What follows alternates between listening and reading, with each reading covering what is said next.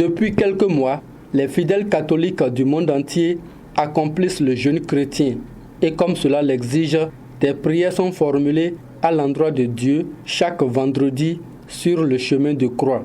Ce vendredi 29 mars 2024, date marquant la fin de ce périple avec le Christ, des milliers de fidèles se sont retrouvés pour le grand chemin de croix. À l'instar donc des autres paroisses, l'église catholique Notre-Dame de Lourdes d'Albarica à Parakou a sacrifié à cette tradition qui commémore le crucifixion du Christ.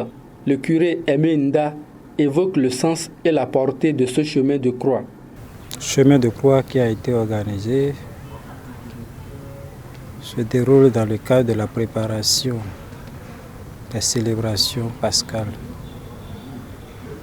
Et dans ce cadre, pendant le temps du carême, nous organisons donc le chemin de croix tous les vendredis.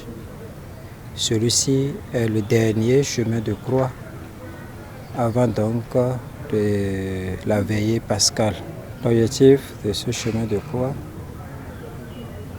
c'est bien évidemment de vivre les célébrations pascales.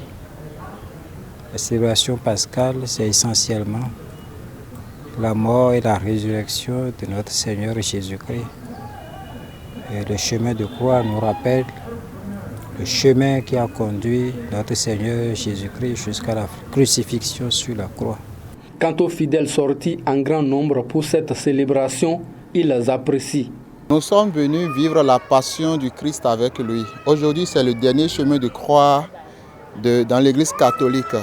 Donc, nous sommes venus marcher à la suite du Christ pour vivre la souffrance un peu avec lui. Après ce chemin de croix, j'inviterai tout un chacun de nous à entrer en nous-mêmes, à faire une inspection de soi et vérifier vraiment dans notre intérieur si réellement nous vivons cet amour que le Christ nous demande de vivre vis-à-vis de nos frères et sœurs. Le curé de la paroisse Notre-Dame de Lourdes d'Albarica lance un appel à l'endroit des chrétiens à cette occasion. C'est bien évidemment de les exhorter à vivre intensement ces moments de ferveur spirituelle.